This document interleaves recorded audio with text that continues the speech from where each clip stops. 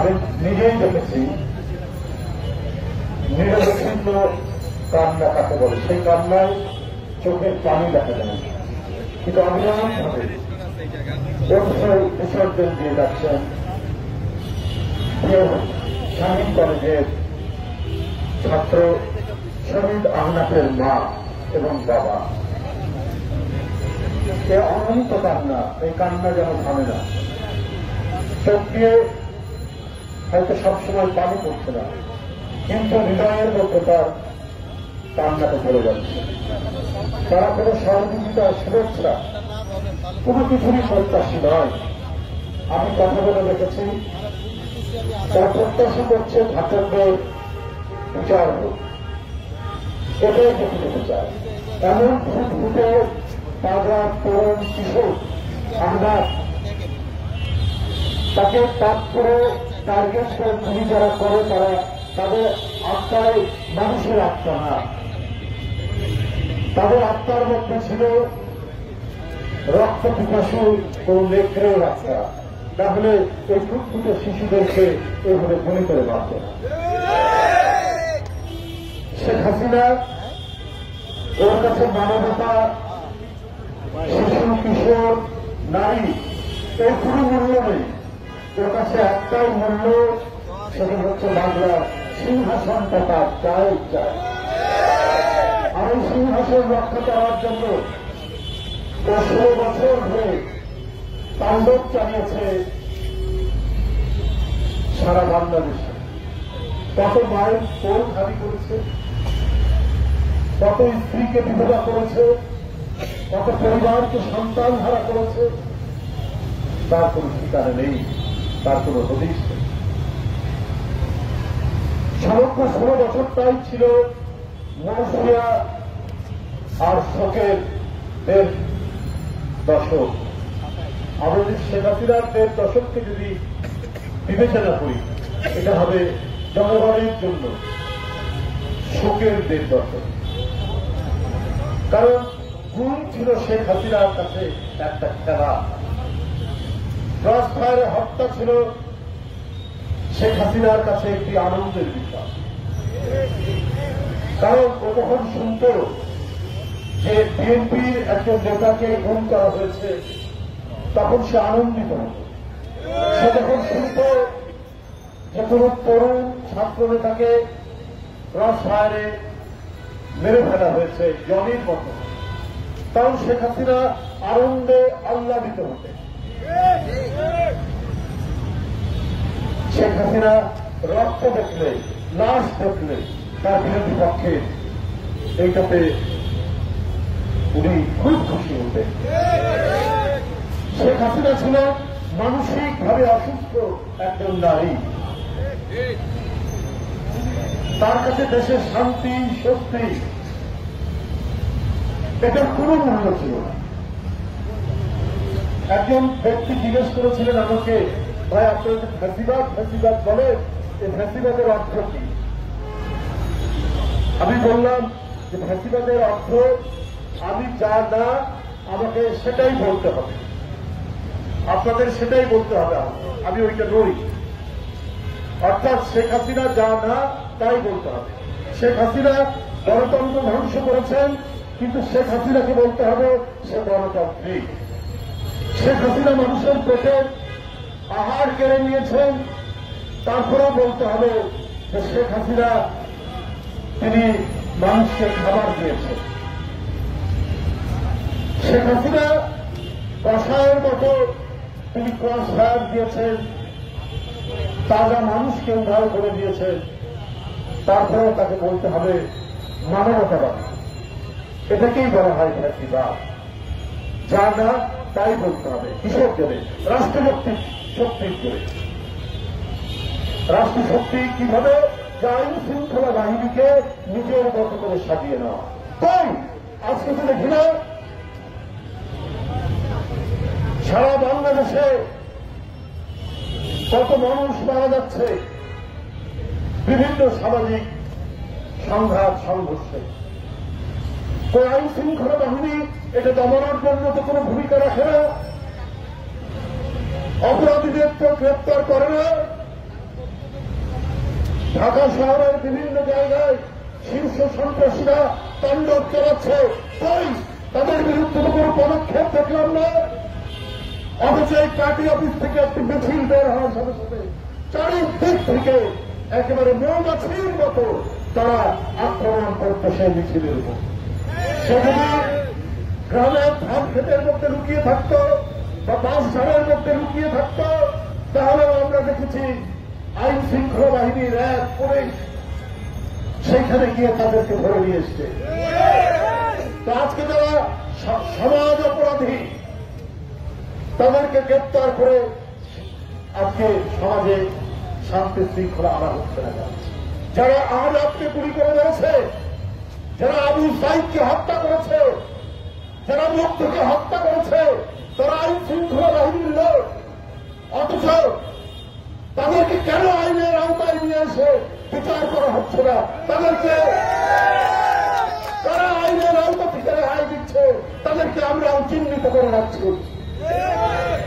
আজকে কেন আহলাদের মায়ের চোখ দিয়ে এখনো কান্না গড়িয়ে পড়বে?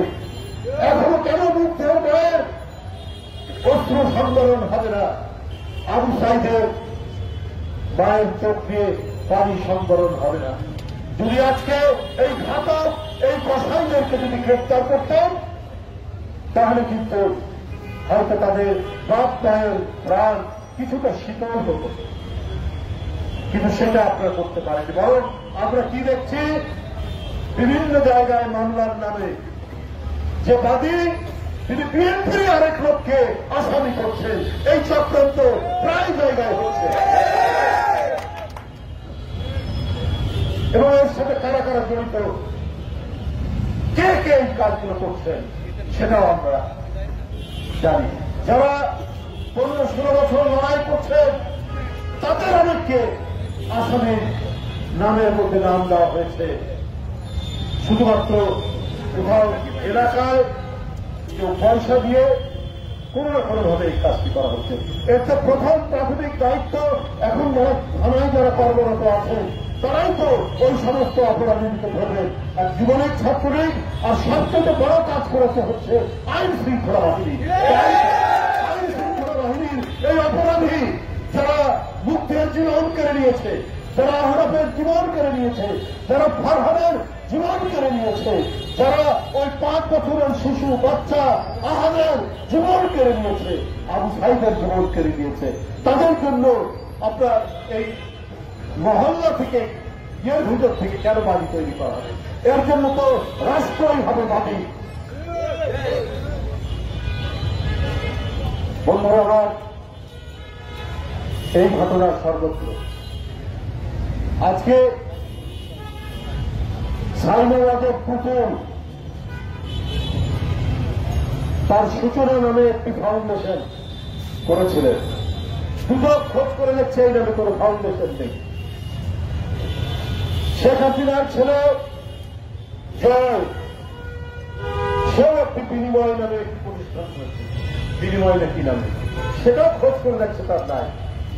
প্রতারক যখন রাষ্ট্র ক্ষমতায় থাকে, তার সন্তানদেরকেও প্রতারক করায়, তার প্রমাণ হচ্ছে শেখ হাসিনা এবং তার ছেলেমেয়েরা।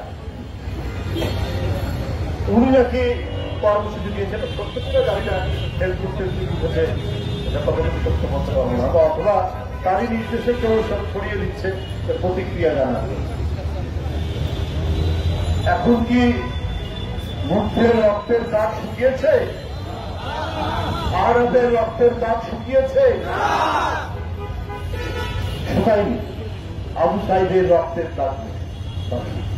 আপনি যে 10,000 কোটি ডলার ঋণ নিয়েছেন, যে ঋণের কারণে প্রায় 1.25 লক্ষ টাকা আজকে নবজাত শিশুর মাথার উপরে এই ঋণের বোঝা দিতে হচ্ছে। এটা কি জন্য নিয়েছিলেন? আপনার ব্যবসায়ীদেরকে, আপনার পছন্দের ব্যবসায়ীদেরকে দিয়ে বিভিন্ন জায়গা প্রজেক্টের কাজ করিয়ে তার থেকে টাকা পাচার করা হয়, নামমাত্র কাজ। তার প্রমাণ তো এখন আমরা পাচ্ছি প্রতিদিন, প্রতিনিয়ত। ভাগ্যের নামে প্রায় ছোট ভাগ্নির নামে ফ্ল্যাট, পূর্বাচলে এক একজনের নামে 10 কাঠা জায়গা, মোট 60 কাঠা। কোন আইন, কোন নিয়ম, কোন রীতি, কোন পদ্ধতি কিছুই অবলম্বন করেননি। কার জোরে?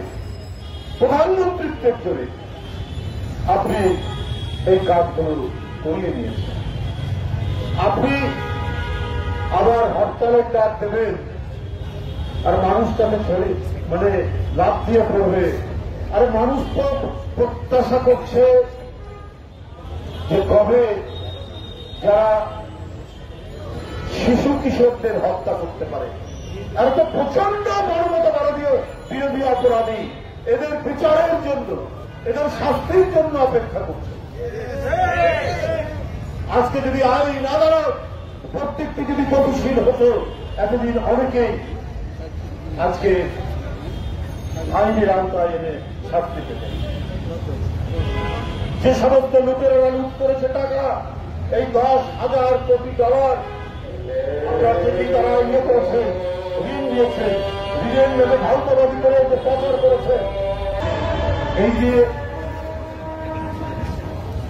এক নরক তৈরি করেছিলেন শেখ হাসিনা, সেই নরক আবার রচনা করার জন্য উনি ক্ষমতা ফিরে পেতে চান। এই জন্য তার আমরা বলেছি যে দোসররা বিভিন্ন জায়গায় আছে এবং কারাগার থেকেও মনে করছেন অনেকে যে আমরা বোধহয় খুব তাড়াতাড়ি বেরিয়ে পড়ে আবার সেই রাজত্ব ফিরে। একটা ব্যক্তি বারবার বেরিয়ে গেছে, বারবার সমস্ত আইনের হাত থেকে পার পেয়ে গেছে। তিনি কারাগারে আছেন এক হুজুরের আলা দরবেশ বাবা দিয়ে। উনি বলেন যে আমার 10,000 লোক নেমে পড়বে। তো এই সাহসটা পায় কি করে? কারণ এই লোকটা এর আগে ব্যাংক ধ্বংস করেছে, ঋণ বাংলাদেশের সর্ববৃহৎ ঋণ খেলাপি হওয়ার পরেও একে গ্রেপ্তার করেনি কেউ। শেয়ার বাজার ধ্বংস করেছে, এই কারণেই তার সাহস, এই কারণেই সে আবার নিজের ছাই থেকে জন্ম নিতে চাচ্ছে। সরকারের উচিত তাদের তৎপরতা দেখানোর জন্য ধীরে ধীরে সরকার পরিচালনা করার জন্যই আজকে এই পরিস্থিতি তৈরি হয়েছে। যে 28 লক্ষ কোটি টাকা পাচার হয়েছে তার বড় অংশীদার তো হচ্ছে যেমন সামিট গ্রুপ আছে, যেমন কি নাসা গ্রুপ আছে, সবথেকে বড় হুজুরে আলা এই দরবেশ। সুতরাং তার বিচার যদি এদেশের মানুষ দেখতে পায় তাহলে বুঝবে যে অন্তর্বর্তীকালীন সরকার সঠিক পথে এবং সাহসের সাথে তারা কাজ করছে।